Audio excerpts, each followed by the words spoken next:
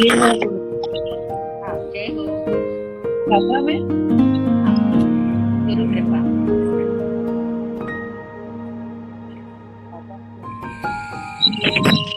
All right. So let's begin. Nainam Karim Mandami Namam Sami Satyavi Kumaram Kalyana Mangalam Devyam Jayam Prasannapatena Mandami. Jai Jai. So let's start our session with Naukar Mantra. Guruma, आप start करो, फिर I will start the session. नमो हरिहन्ताय, नमो सिद्धाणं, नमो आयर्याय, नमो ध्यायाणं, नमो लोये भवतामूढम्, ऐसो पञ्चनमुक्कारो पावपनासन मङ्गलानं च सवेश्यं परमं भवन्ति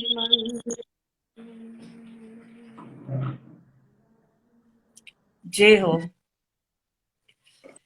Hello everyone. I'm Kalpana Chaudhary, founder of Social Table. We are a personal brand strategy firm for influencers and entrepreneurs. Our services are designed to be mission-driven messenger and expand your reach and increase your revenue. We are into consultant, branding, event host, moderating, corporate conclave, conference, summit, panel discussion, fundraising, and CSR consultant. Social Table is committed to sustainable development where business goes hand in hand with societal well-being and environmental consciousness. Social Table's focus initiative are health, education, livelihood, village transformation, ecotourism, financial inclusion, skill and vocational training.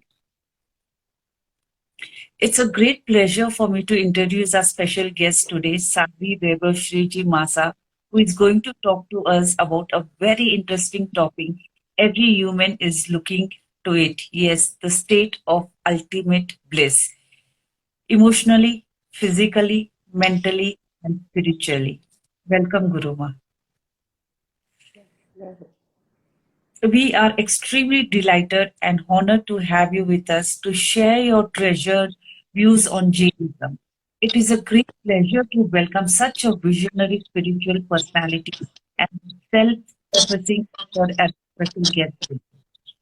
Sadhvi Vibhushriji Virat is a visionary spiritual guide with abundant knowledge of Jain Sutras, along with Vedas, Upanishad, Bible, and other scriptures. Sadhvi Bebashri Virat is a effacing author. She is a home for knowledge seeker. It is difficult to summarize her virtues as she is multi-talented and her knowledge in every subject is dynamic. She is intellectual and exuberant and is capable in guiding everyone to a right and truth path in this world. In this spiritual path, she is a path breaker as a numerous of her new ideas play the role of torch in dark for the people. She is the one who initiated the Sadhak Sadhika Diksha and created a new fold in the sage world. Understanding the curiosity, fears, and resistance of today's youth, she very well connects with them and lovingly teaches them with religion of life and its practical implementation to improve their day to day life. Wow, you are an abundant knowledge of spiritualism. So, all of us are waiting, and I was specially waiting for you, Guruma, to for this session. And without wasting any time, let's start this session quickly. The state of ultimate bliss. So, we are going to talk on the four poles: emotionally, physically, mentally, and spiritually. To start with emotional, what are your views on how does one acquire state of ultimate bliss emotionally? जय हो। Jai Ho.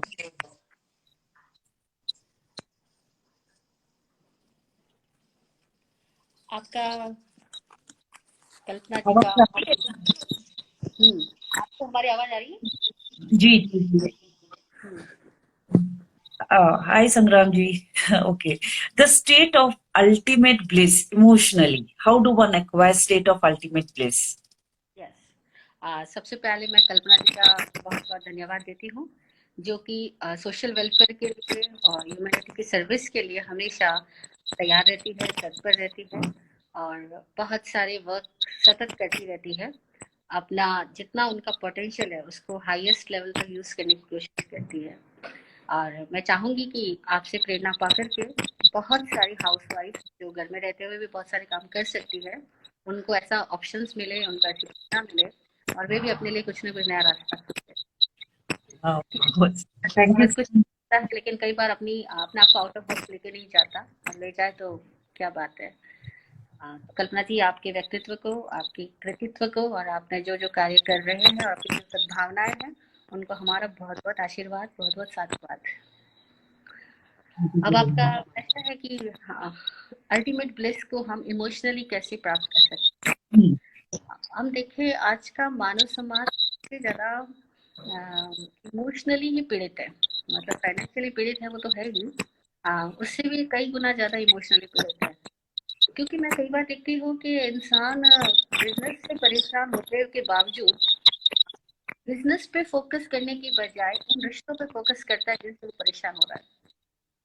मतलब business और रिश्ते अगर दोनों ही परेशान करे, आदमी ज्यादा फोकस कई बार बिजनेस को ना करके रिश्तों पे करता है। Hmm.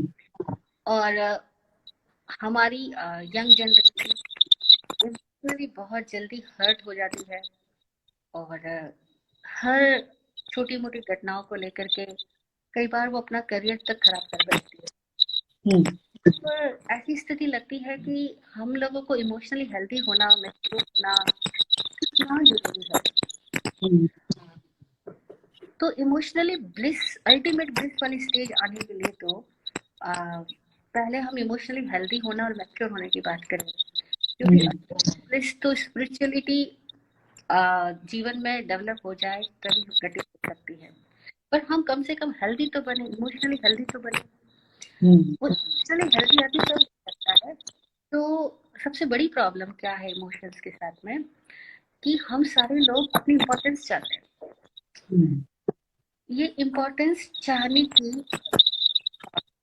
जो इच्छा है लगभग सभी में है, बच्चों में, यंगस्टर्स में, ओल्ड एज वाले लोगों में। अब वो लोग अपनी इम्पोर्टेंस को खोजते हुए अलग अलग रास्ते अपनाते हैं।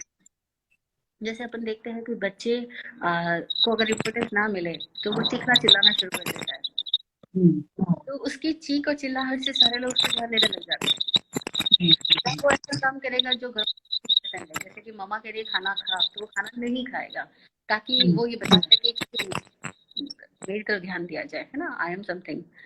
ऐसे ही हम हाउस वाइफ को देखते हैं, तो कई बार उनको भी अपनी इम्पोर्टेंस की तलाश होती है, और वो जब नहीं मिलती है तो वो धीरे धीरे बीमार तक पड़ जाती है, रूठ जाती है, नाराज हो जाती है, झगड़े फसाद कर लेती है। तो इमोशनली हम सब लोग बीमार हैं। Hmm. इसका सबसे बड़ा कारण है कि हम दूसरों की नजरों में अपनी इम्पोर्टेंस चाहते हैं। Hmm. दूसरों की नजरों में इम्पोर्टेंस चाहने की बीमारी हम देखे आए दिन तलाक, आए दिन फ्रस्ट्रेशन, और ये जो कहेंगे डिप्रेशन की बीमारी, उनके Hmm. कारण होती है। तो हम इमोशनली हेल्दी होना सीखें। उसका तरीका यह है कि जो सुख आप अपने लिए चाहते हो, उस सुख को औरों को देने वाले बनो। Hmm. ये एक फार्मूला अगर हम अपना लें कि जो सुख की हम अपने लिए कामना करते हैं, क्यों ना हम उस सुख को दूसरों को देने लगे। जैसे एग्जाम्पल, आप इम्पोर्टेंस चाहते हो, आप औरों Hmm. को दो। अच्छा। आपके सामने जो आया है आप उसको महत्व देने लगे, तो ऑटोमेटिकली आप भी सुखी होने लग जाओगे। Hmm. ठीक है, ऐसे ही आपको कुछ सुविधाएं चाहिए, कुछ कंफर्ट्स चाहिए, तो कंफर्ट्स नहीं मिलती है तो भी हम रूठ जाते हैं, दुखी हो जाते हैं, नाराज हो जाते हैं, है ना। तो क्यों ना हम दूसरों को कंफर्ट देने वाले बन जाए। Hmm. कंफर्ट हमें अपने लिए चाहिए, वो कंफर्ट हम औरों को अवेलेबल कराए, है? Hmm. इसी तरह से जो प्यार हम अपने लिए करना चाहते हैं। हर आदमी प्यार का भूखा है, हम्म, बच्चा बड़ा बूढ़ा हर कोई। ये एक ऐसी चीज है जिसको सबको ही चाहिए, जो सबको हम्म, ही चाहिए। तो क्यों हम ये प्यार देने वाले बन जाए। हम्म, किसी कवि ने बहुत प्यारी बात कही हम्म, कि पागल रे वह मिलता कब, पागल रे वह मिलता कब, उसको देते हैं सब, फिर भी तो कह था पुकार, मुझको न मिला रे कभी प्यार। हाँ, कि हर आदमी पुकारता है कि मुझे कभी प्यार नहीं मिला। बाबा तुम हम्म, प्यार देने वाले बनो ना, नहीं मिला कि हम्म, फिर कोई परेशानी नहीं रहेगी। हम्म, तो हमारा कहना है कि इमोशनली हेल्दी होने के लिए जो चीजें हम्म, आपको तंग करती है, दुख देती है, आपको बीमार कर देती है, आप कारण खोजो कि आपके अंदर कुछ डिमांड है, कुछ थोड़ी हम्म, वर्ड चाहिए। हमें हम्म, ये चाहिए, हमें वो चाहिए, ऐसा होना चाहिए, वैसा होना चाहिए। तो चाहिए वर्ड सबकी जिंदगी में है। बड़े हम्म, बुजुर्गों से तो कहेंगे कि बच्चों को हमारी बात सुननी चाहिए, बच्चों को हमें टाइम देना चाहिए, बच्चे हमारी तरफ फोकस नहीं करते हैं। ऑलवेज चाहिए, है ना। ये हम्म, जो चाहिए वर्ड ना, उस चाहिए को हटा करके, चाहिए मतलब डिमांडिंग होना, चाहिए को हटा करके हम प्रोवाइडर बन जाए, बन जाए। okay, जो आपको चाहिए वो आप देने वाले। बड़ा उल्टी हाँ, बात है कि मुझे चाहिए फिर मैं कैसे दूं। लेकिन हम्म, नियम ये है कि जब आप देने वाले होते हो तो आप पाने योग्य हो जाते wow. So हो। तो basically, इमोशनली होने का तरीका ये okay, expectation नहीं रखो, be a giver than seeker. है। वंडरफुल। ओके, इसीलिए मैंने भी ना एक टॉपिक आज का सेशन इमोशनली से स्टार्ट, बिकॉज इमोशनली फिर फिजिकली भी आता है, मेंटली भी आता है, और फिर हम लोग ढूंढने चाहते हैं spiritually. So what physical wellbeing, how do we find state of ultimate place physically? For physical wellbeing, आपका प्रश्न है कि how can we get ultimate bliss in hmm, physical in physically form में। तो सबसे हम्म, बड़ी बात यह है कि फिजिकली फिट होना जरूरी है। हम्म, और फिजिकली फिट कब होता है, जब आदमी के सारे बॉडी पार्ट्स प्रॉपरली वर्क करते हैं। हाँ, और हम्म, वर्क तब करते हैं जबकि हम स्वावलंबी होते हैं, सेल्फ स्टैंड होते हैं। हम सारे लोगों को इतने कंफर्ट्स मिल चुके हैं और हम कंफर्ट सीकर इतने बन चुके हैं कि हमें लगता है हमारा हर काम कोई दूसरा कर दे। इवन देन मैंने पानी की गिलास रखी है तो उस गिलास को उठा के सही जगह पर रखने वाला कोई और होना चाहिए। और मतलब मैं अगर बात लेके बाथरूम से आया हूँ तो मेरा बाथरूम साफ करने वाला भी कोई और होना चाहिए। तो ये जेंडर कंस्ट्रेंट बन गया है। हर आदमी दूसरों से अपनी सेवा करवाना चाह रहा है। और तो हर घर में सर्वेंट रखे जा रहे हैं। तो भी रिश्तों में भी देखो, जो ये बड़े छोटे का क्रम होता है उसमें हर आदमी ये फील करता है कि छोटे मेरा काम करेंगे, बड़े बुजुर्ग चाहेंगे कि बहुएं काम करेंगी, बहुएं चाहेंगे बच्चे काम करेंगे, और बच्चे चाहेंगे कि नौकर काम करेंगे। तो एक एक पॉइंट लेते हैं, बहुत सारे किसी भी टॉपिक पे बात करने के। बट मैं सोचती हूँ कि आज की दुनिया में हम सबसे ज्यादा कहाँ कम कर रहे हैं अपना आप, कहाँ कमी पा रहे हैं, मतलब वेयर वी आर लेकिंग। तो हमें लगता है कि हाँ, हम लोग फिजिकली फिट हो सकते हैं, लेकिन हम कंफर्ट जोन में रहने के इतने ज्यादा वो आदी हो चुके हैं कि हमें अपने कंफर्ट के साथ अगर कुछ भी कॉम्प्रोमाइज करना पड़े तो हम बर्दाश्त नहीं कर सकते। यहाँ तक कि एसी में सोते हैं, अगर उनको किसी दिन एसी खराब हो जाए, ना मिले, या किसी के घर मेहमान बनते गए और वहाँ एसी नहीं है, तो बहुत मतलब डिस्कम्फर्ट फील करते हैं, लगता है कि यार ये क्यों आ गया। यहाँ पे हमारा कहना यह है कि आपको फिजिकली फिटनेस तभी आ सकती है जबकि आपको अपने आप से जीना आए, स्वावलंबी जीना आए। हर काम खुद करने का कोशिश, जितना हो सके उतना खुद करो। और कदाचित किसी की हेल्प लेनी भी पड़े तो भी बहुत थैंकफुल बनते जाओ, है ना। तो फिजिकली फिट होने के लिए अब देखो ना, पहले आप लोग कहाँ इतना एक्सरसाइज ट्रेन था। आज से कुछ सालों तक एक्सरसाइज का ट्रेन ही नहीं था इतना। इतना ट्रेन इसलिए था क्योंकि लोग अपना काम खुद करते थे, है ना। चाहे वो पानी भरना हो, पोछा लगाना हो, बर्तन धोना हो, कपड़े धोना हो, हर काम खुद करते थे। तो ऑटोमेटिकली उनका फिजिकल फिटनेस बन जाती थी। और जैसे अब लगा कि अब मैं देखती हूँ जैसे कि 2 BHK लोग रह रहे हैं बॉम्बे में, 3 BHK रह रहे हैं। It is not a big house, लेकिन तब भी लोगों के घर में हर चीज के लिए काम वाली चाहिए, अलग चाहिए, सब करने के लिए अलग चाहिए। तो भाई ये सब इतना, हम लोग ऐसी आदत में क्यों आ गए हैं, हमें लगता है हम टाइम सेव कर रहे हैं, लेकिन फिर उस टाइम को सेव करके हम जिम जा रहे हैं और वहां जाकर के फिर फिजिकल वर्क कर रहे हैं। तो अब क्यों ना हम यहीं पर जहाँ है वहीं पर अपने को फिजिकली फिट रखने के लिए खुद का काम खुद करने का अभ्यास करें। जितना हम खुद का काम खुद करेंगे उतना ही ऑटोमेटिकली हम फिट रहेंगे। One point and second point, second point यह है कि हम लोग सेवा करना सीखें, क्योंकि जो आनंद सेवा में आता है वो आनंद सेवा लेने में नहीं आएगा। जो आनंद सेवा लेने में आएगा वो आनंद सेवा लेने में नहीं आएगा। और इस दुनिया में आनंद कहीं है तो वो लेने में नहीं है, वो देने में ही है। तो फिर हम लेने वाली भाषा में ज्यादा क्यों जीते हैं, है? हम देने वाले भावों में क्यों नहीं जा पाते हैं? तो पहला काम क्यों करें कि खुद के काम खुद करना सीखें, और दूसरा काम ये करें कि हम दूसरों के लिए उपयोगी बनते जाएं, दूसरों की सेवा में तत्पर बने। मतलब हम लोग आलसी ना बने, केयरलेस ना बने, बल्कि जब कोई हमारी केयर करता है तो कितना अच्छा लगता है। तो जैसे कोई हमारी केयर करता है तो हमें अच्छा लगता है, ऐसे ही हम सबकी केयर करने वाले बन जाएं तो हमें कितना अच्छा लगेगा। तो we should think like this. तो सेवा जब करेंगे तो हम फिजिकली फिट भी रहेंगे और दूसरों की ब्लेसिंग्स भी मिलेगी। मैं आपको जैनिज्म के कुछ स्क्रिप्चर्स के माध्यम से बात बताना चाहूंगी कि भरत चक्रवर्ती सम्राट थे और बाहुबली, है ना, दोनों भाई थे। भगवान ऋषभ देव के दोनों पुत्र थे। तो भरत चक्रवर्ती हुए हैं। तो चक्रवर्ती का नियम होता है कि सारे राजा उनके सामने अधीनता स्वीकार करें, सारे राजा उनको प्रणाम करें, उनके सामने झुके। पर बाहुबली नहीं झुक रहे थे, तो दोनों के बीच में युद्ध हुआ। तो नियमतः चक्रवर्ती जीतता है, लेकिन बाहुबली जीतते जा रहे युद्ध के अंदर में। तो यहाँ सवाल पैदा हुआ कि चक्रवर्ती भरत के सामने बाहुबली क्यों जीतते जा रहे हैं, जबकि जितना भरत को है।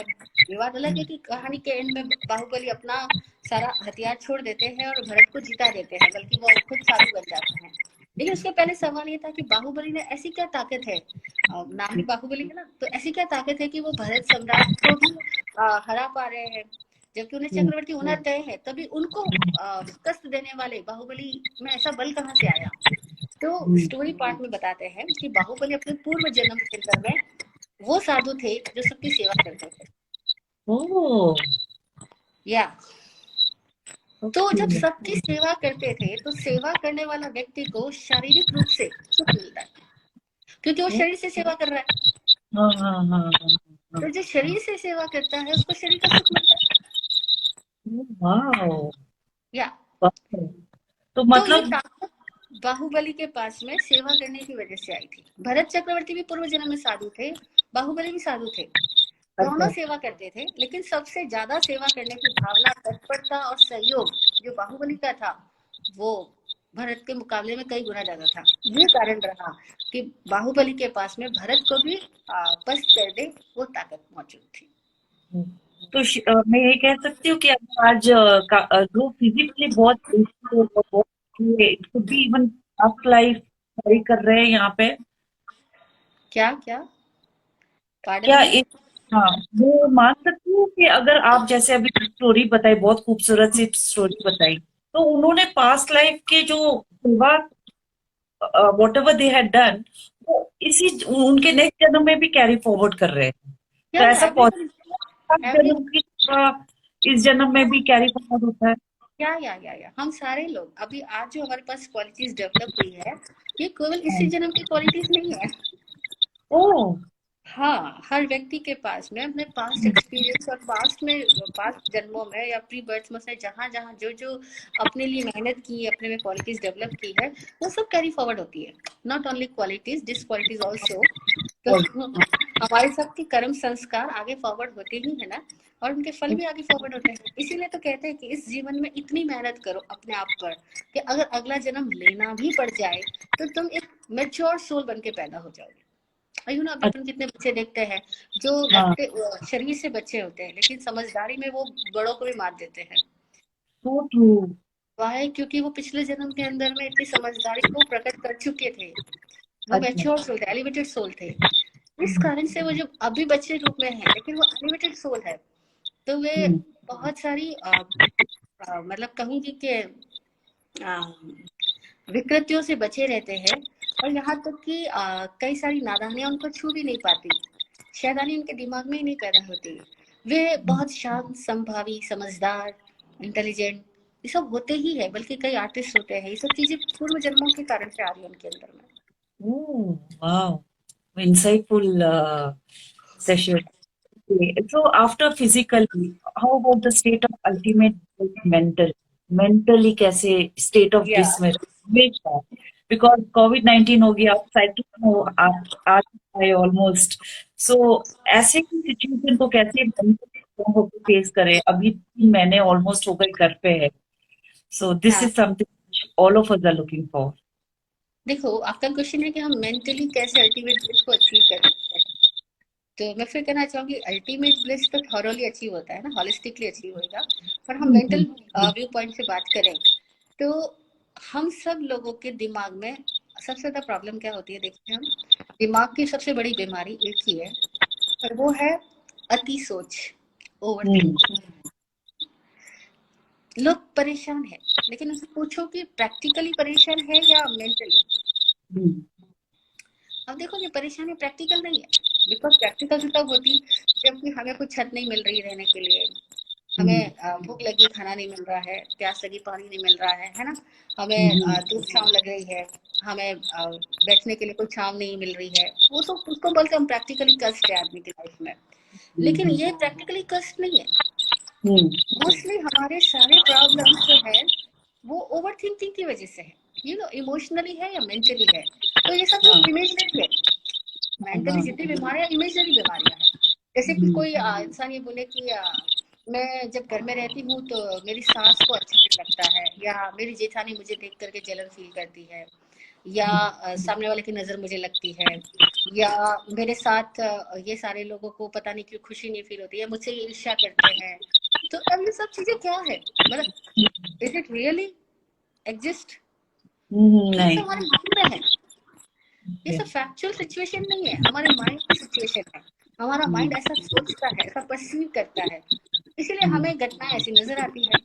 तो ये सब परसेप्शंस की प्रॉब्लम है। तो मेंटली हमारी सबसे बड़ी प्रॉब्लम है, एक तो रॉन्ग परसेप्शन और दूसरा ओवर थिंकिंग। yeah, अगर हमें मेंटली हेल्दी होना है तो हमें रॉन्ग परसेप्शन को राइट परसेप्शन में कन्वर्ट करना होगा, और जो ओवर थिंकिंग की हैबिट है हमें उसको अपने आप में से कम घटाते जाना होगा। और उसके लिए एक प्रैक्टिस की जाए, और प्रैक्टिस ये है कि आप प्रसन्न रहो, प्रेजेंट में प्रसन्न रहो। इससे okay, दोनों बातें खत्म हो जाएगी, क्योंकि एक प्रसन्न आदमी नेगेटिव नहीं सोच सकता। फर्स्ट हम्म, पॉइंट। आप देखो ना, आप कभी भी नेगेटिव सोचते हो तो कब सोचते हो? चेहरे पे मुस्कुराहट के साथ आप नेगेटिव सोच के बताओ। चेहरे पे मुस्कुराहट के साथ आप गाली देके बताओ जरा। नहीं, नहीं, हाँ, नॉट पॉसिबल एट ऑल ना। चेहरे के बट मुस्कुराहट के साथ आप ग्रोथ कैसे कर सकोगे? ट्रू, ट्रू, चेहरे की ट्रू, ट्रू, मुस्कुराहट, अगर आप में प्रसन्नता है, अगर आपको प्रसन्न रहना आता है, तो हम्म, आप ओवर थिंकिंग कैसे कर सकते हो? प्रसन्न हम्म, आदमी प्रेजेंट में ही रह सकता है, यू नो। और ओवर हम्म, थिंकिंग में आप पास्ट या फ्यूचर में हो। Wow, amazing. But Guru, I mean आप कहते हो प्रेजेंट में रहना है, हम तो सोते सोते भी ओवर थिंकिंग करते हैं, तो इस चीज से कैसे डील कर सकते हैं? क्या क्या? आप ये कह रहे हो कि प्रेजेंट में आपको प्रेजेंट रहना है, या लेकिन प्रेजेंट में प्रेजेंट जब हम लोग जगे हुए हैं वो एक अलग बात है, लेकिन हम लोग जब सोते हैं तब भी ओवर थिंकिंग कर रहे हैं. तो या ऐसा कोई टेक्निक या कोई मेडिटेशन, कोई ऐसा कुछ हो कि हम लोग करें और प्रेजेंट में आ सके? यस, इसीलिए जब आप सो रहे हो तो सोने की पूरी विधि अपनाओ। सोने से ओह, पहले अपने मन को शांत करना सीखो। शरीर को जैसे अपन विश्राम दे रहे हैं ना, तो मन को भी विश्राम देना जरूरी होता है। तो मन को शांत करने के लिए पहले उसको चिंतन की धारा को मोड़ना होता है। तो हम सोने से पूर्व सोने की प्रार्थना करें, सोने से पूर्व सबको क्षमापना करें, सोने से पूर्व आज के दिन के लिए धन्यवाद दें, और अपने जीवन से जुड़े हुए हर व्यक्ति के लिए कृतज्ञता ज्ञापित करें, मतलब कि हर एक व्यक्ति के लिए हम दुआ करें। और जब हम हर एक व्यक्ति के लिए दुआ करते हैं सबको प्रेम देते हैं, तो ऑटोमेटिकली हमारा थॉट पैटर्न चेंज हो जाता है सोते समय, है ना। और फिर हाँ, खुश मन से, मतलब अक्सर हम कहते हैं कि आप सोते समय की एक प्रैक्टिस करो कि आप मुस्कुराते चेहरे के साथ नींद में जाओ। हाँ, I know it is difficult, it is hmm, not very easy, but अगर प्रैक्टिस की जाए तो इट इज पॉसिबल कि हम लोग सोते समय चेहरे पे प्रसन्नता लाए, मुस्कुराहट के साथ सोने चाहिए। ठीक वैसे ही जैसे आप अपनी फोटो सेल्फी क्लिक करते हो तब कैसे चेहरे पे स्माइल लाते हो, आपको पता है हाँ, कि वो स्माइल का कोई रीजन नहीं है ना, सामने कोई आपको हंसा रहा वैसा नहीं है, लेकिन आप जानबूझ करके हंसते हो क्योंकि आपको अपनी अच्छी फोटो चाहिए।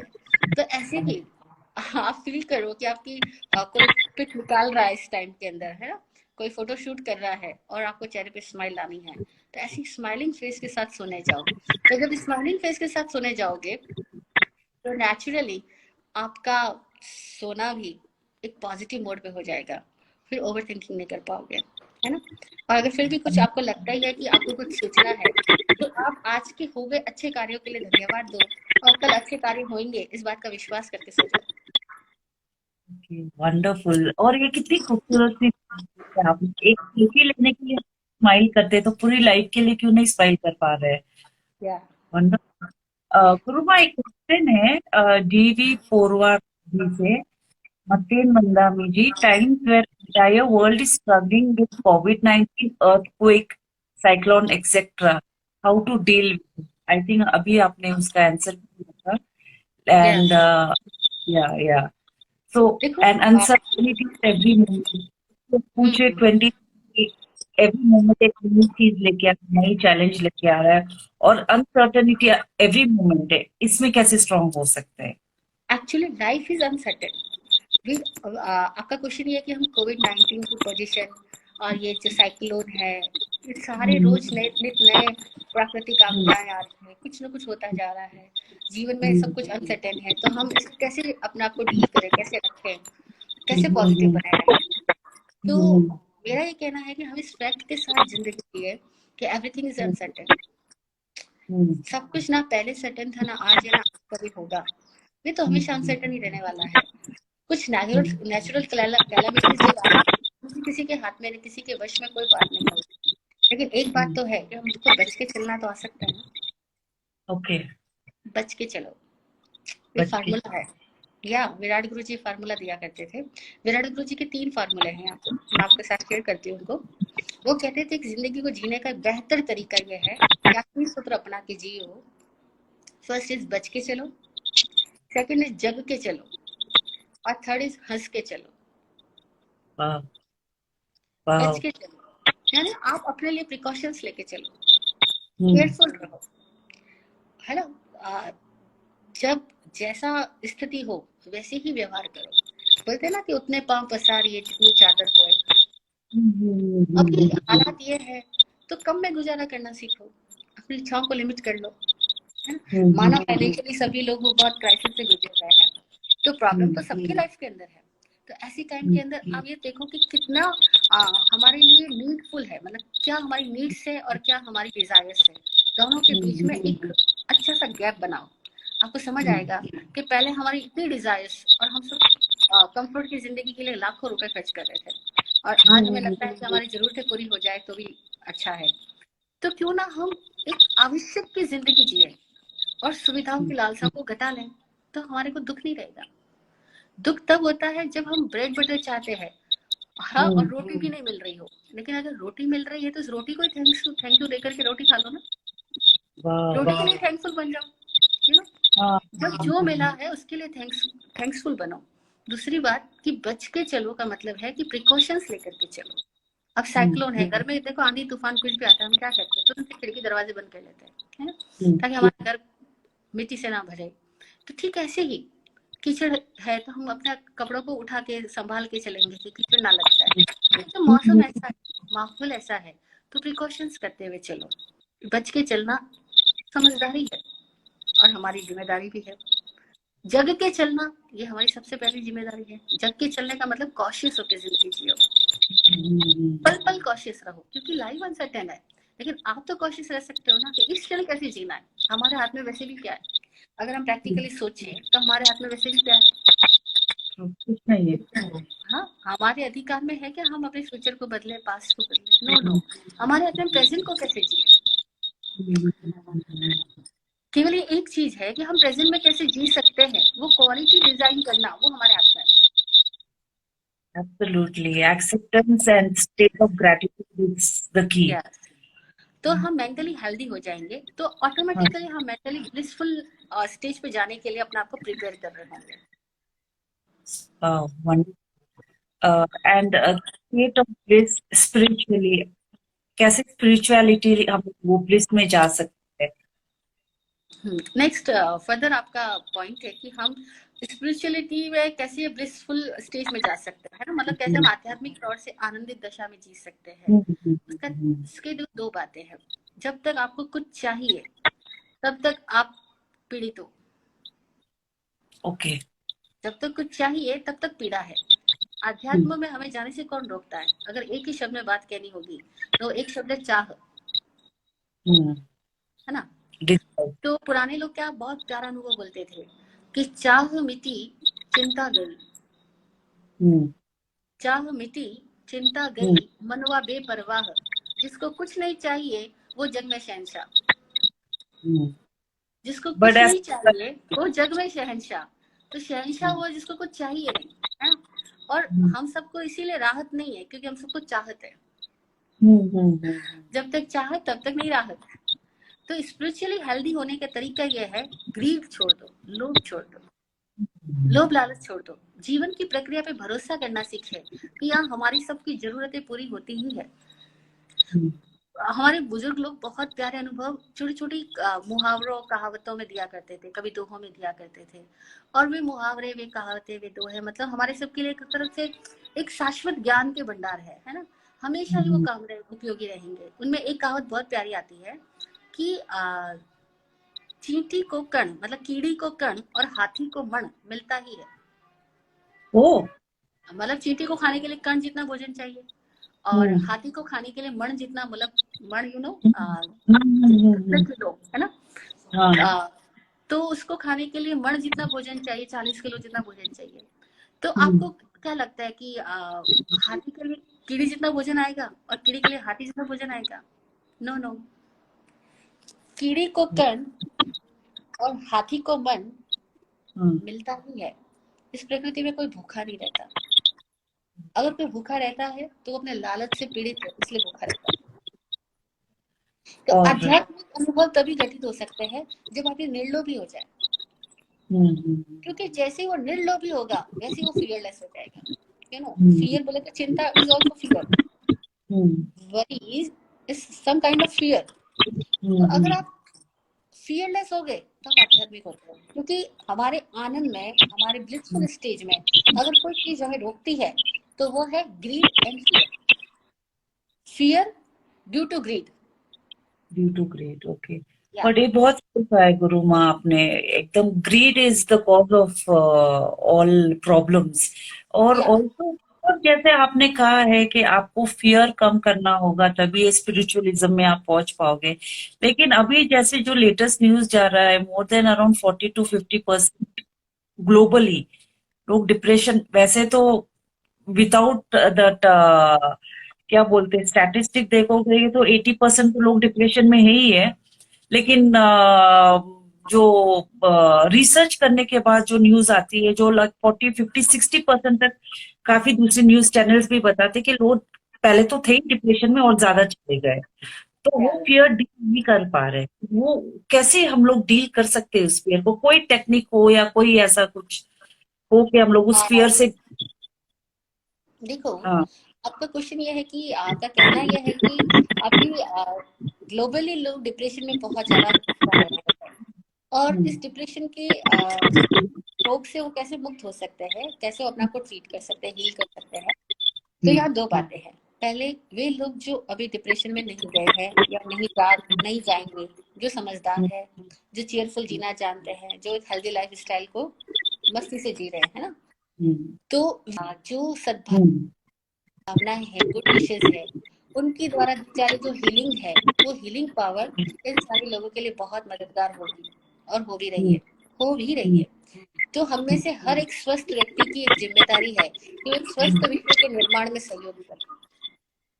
हम में से हर एक स्वस्थ व्यक्ति की ये जिम्मेदारी है कि हम एक स्वस्थ विश्व के निर्माण में सहयोगी बने। तो इसीलिए हम सबके लिए सतत धन्यवाद, दुआएं, प्रेयर, सबका कल्याण हो, सबका मंगल हो, ऐसी भावनाएं प्रसारित करते जाए। यहाँ तक कि मैं कहूंगी कि जिन लोगों को बीमारी है, रात को नींद नहीं आती है, एंटी डिप्रेशन टैबलेट्स खाते हैं या नींद की गोलियां खा करके सोते हैं, फिर भी उनको तकलीफ रहती है, नींद नहीं आती है, तो शिकायत करते हैं हम क्या करें, रात भर क्या करें। मैं कहूंगी कुछ मत करो, अपना हाथ नाभि पे लगाओ, एक हाथ राइट हैंड अपना नाभि पे लगाओ, है ना, और नाभि पे हाथ लगा करके केवल एक मंत्र जाप करते जाओ, सबका कल्याण हो, सबका कल्याण हो, सबका कल्याण हो, सबका कल्याण हो, सबका कल्याण हो। धीरे धीरे इस भावना से अपने आप को इतना फुलफिल कर दो कि हमारा होना ही इस विश्व के बीमारियों को दूर करने में निमित्त बन जाएगा। जैसे Oh, फूलों का होना ही बगीचे में खुशबू को ले आता है ना। फूल कुछ करता नहीं है, फूल का होना ही बगीचे में खुशबू फैला देता है। ठीक ऐसे ही हमारा होना ही इस विश्व में ऐसा हो जाएगा कि हम फूल की मानिंद सबके लिए सुरभि लेने वाले बन जाएंगे, सबके लिए सद्भावना देने वाले बन जाएंगे। ये तो हम काम कर सकते हैं।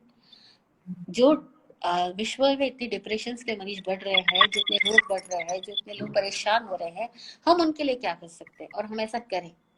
हम अपनी दुआओं से, अपनी सद्भावनाओं से, मंगल भावनाओं से इस पूरे विश्व को हील करते जाए। हमारी हीलिंग पावर सबको मिलेगी, है। और एक एक व्यक्ति की ताकत से बहुत कुछ बदलता है। दूसरा, जो लोग वाकई डिप्रेशन में जा रहे हैं वो अपने आप को कैसे ओवरकम करें, डिप्रेशन से कैसे बाहर आए, है ना। तो उनके लिए मैं कहूंगी कि वो एक चीज की प्रैक्टिस करें। एक तो अकेले में ना रहे, दुख की बात ना सोचे, और दूसरा हमेशा प्रसन्न रहने का अभ्यास करें। प्रसन्न रहने का अभ्यास एक वो अभ्यास है जो आपको बिना किसी धर्म को फॉलो किए आपको धार्मिक बना देगा। अच्छा। आपको कोई धर्म फॉलो नहीं कर रहे हो, सबको आप, बहुत सारी दुनिया है जो कहेगी कि हम आस्तिक नहीं है, हम फला धर्म को नहीं मानते, फला को नहीं मानते, या फला है फला नहीं है, हम डाउट करते हैं गॉड है नहीं है।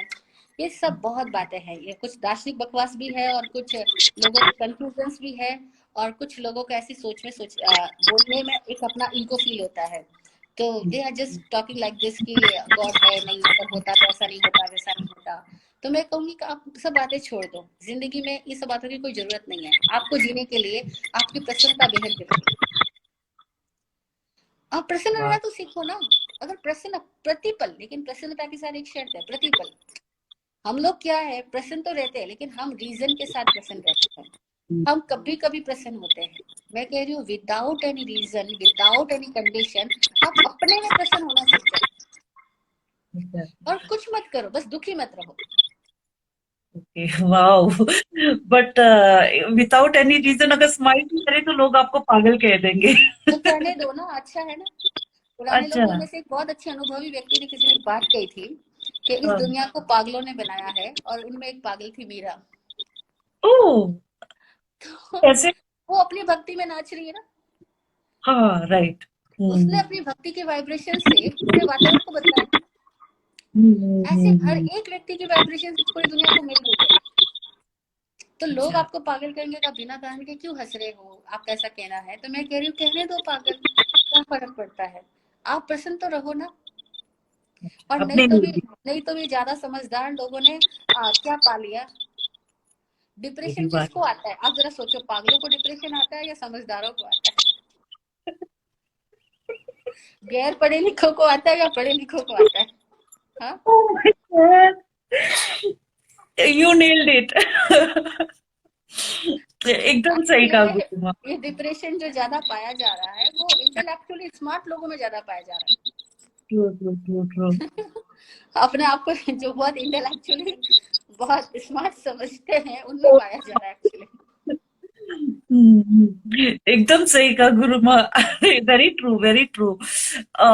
आपका भी जो ये पूरा है चरम मंगल है, मेरा भी आपके साथ जो मेरी सोशल टेबल के ऊपर फर्स्ट शो है इसी के ऊपर है। So I feel so happy that आज हम लोगों ने मेंटली, फिजिकली, इमोशनली और स्पिरिचुअली ब्लिस के बारे में आपने इतना सारा ज्ञान दिया।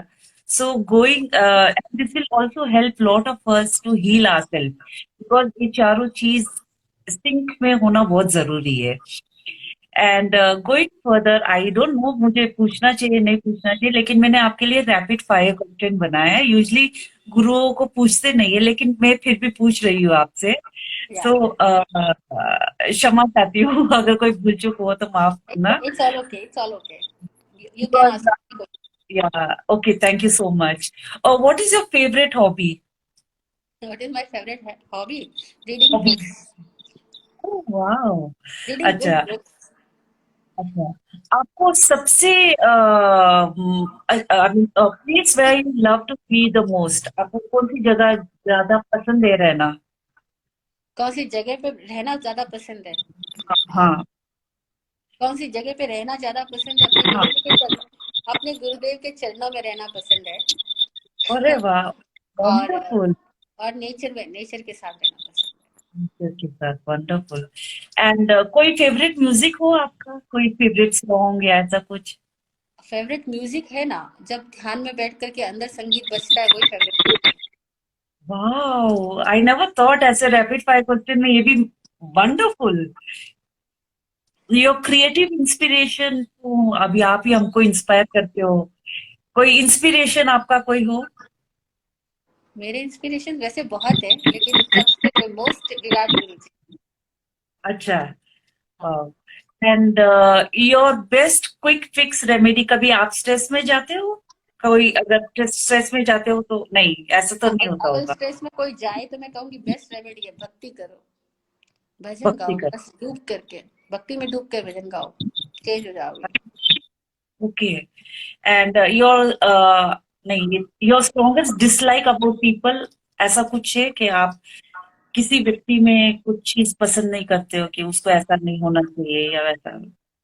नहीं, ऐसा नहीं है, क्योंकि हर व्यक्ति को उनको उनके एंगल पे देख पाते हैं तो प्रॉब्लम नहीं आती। हमें ये नहीं लगता उनको ऐसा नहीं होना चाहिए, वो उस टाइप के ओके, हैं। So you are accepted everyone as they are. As they are. या wow. And what do you hate doing the most, ऐसा कुछ है कि जो आपको पसंद नहीं है करना? नो, मेरे पास कोई हेट जैसी चीज ही नहीं, घृणा जैसी कोई चीज नहीं है कि हाँ। ये कुछ करने से या ना करने से, ना, घृणा ही नहीं है। अच्छा। और कोई एडिक्शन है आपका? एडिक्शन जैसा भी कुछ नहीं है, there is no hmm. Addiction. और कुछ एडवेंचरस आपने किया है लाइफ में? एडवेंचरस, अब उसको लोग एडवेंचरस कहें तो कह सकते हैं, बट आई डोंट थिंक वो एडवेंचरस है। मतलब हमेशा कुछ हाँ। नया करने में तो आनंद रहता ही है। Wonderful, wow. Right, right. And ठीक है, rapid we have done with rapid fire as well. और गुरुमा, एक मैसेज फॉर सोशल टेबल्स। हाँ, आपके सोशल टैबलेट्स के लिए यही केवल यही भाव करूंगी कि आप लोग जो काम कर रहे हो बहुत निस्वार्थ होकर काम करते जाना, और ये ध्यान रखना इस फॉर्मूले को कि जो अपने लिए चाहते हो वो प्रोवाइडर बनो, गिवर बनो, बस। तो जो आप काम करो उसमें आपको सबकी बहुत ब्लेसिंग्स मिलेगी, बहुत दुआएं मिलेगी, और आपका काम फैल पाएगा अच्छे से। Thank you so much Guruma. और वोट ऑफ थैंक्स के बाद मंगल पाठ। या Yeah, it's a great honor and privilege to propose the vote of thanks, Sadhvi Vaibhav Shriji Virat, who, despite of a busy schedule, has found time to grace this special interaction. We are extremely grateful to Sadhvi Vaibhav Shriji Virat for sharing her words of inspiration and giving us valuable inputs and showed us path on how to tackle the situation in a spiritual and holistic way.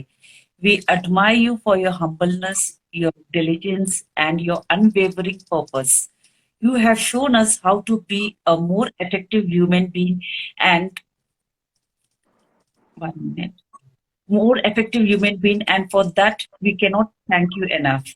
Your eminent presence has indeed made the interaction a memorable one, and we unitedly thank you from bottom of our heart for your kindness, interest, and support. Thank you so much once again, Guruma. Thank you so much. And Mangal Part. Yes, आप इसी तरह से मानव सेवा करती जाएं, और आपको स्वास्थ्य मिले, समृद्धि मिले, और आपकी प्रसन्नता बढ़ती जाए, यही आपके लिए दुआ, और सबके लिए दुआ। चत्तारी मंगलम अर्हंता मंगलम सिद्धा मंगलम साहु मंगलम केवली पन्नतो धमो मंगलम चतारी लोगोत्तमा अर्हंता लोगोत्तमा सिद्धा लोगोत्तमा साहु लोगोत्तमा केवली पन्नतो धमो लोगोत्तमो चतारी शरणं पवच्छामि अर्हन्ते शरणं पवच्छामि सिद्धे शरणं पवच्छामि साहु शरणं पवच्छामि केवली पन्नतम धमम शरणं पवच्छामि। आप फूलो फलो हो जिंदगी मखमल मुलायम, आपकी हर खुशी पे है हमारी जान सदके, दुआ करते हैं चुपचाप दिल की थाप से हम, रहे जाते नवाजे हर घड़ी अरमान सबके, अमन और चैन से गुजरे आपका वक्त सारा, रुख पे खिलती रहे यूं रूह की मुस्कान खुल के, रुख पे खिलती रहे यूं रूह की मुस्कान खुल के। जय हो जय हो जय हो। सब लोग Thank, प्रसन्न रहे, मस्त thank you रहे। so much for such an insightful session। और बहुत ही अच्छा स्पिरिचुअल और होलिस्टिक वे कैसे जी सकते हैं, आपने एक राह बताई है, and I am sure all of us are going to follow that. Thank you so much. Thank you once welcome. जय हो। अगेन।